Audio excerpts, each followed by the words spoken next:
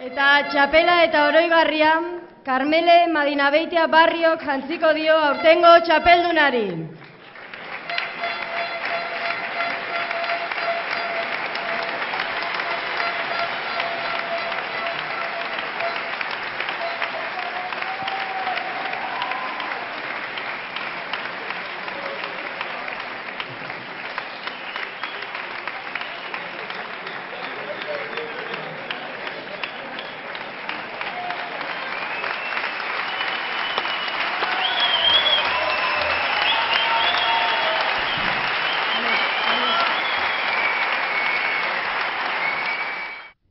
Familiarentzat dira besarkadarik minenak,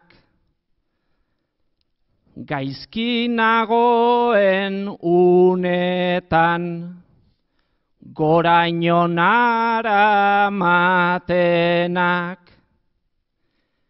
baina beste bat buruan ala agintzen du zenak, bide ineskrutableak direnez adinarenak,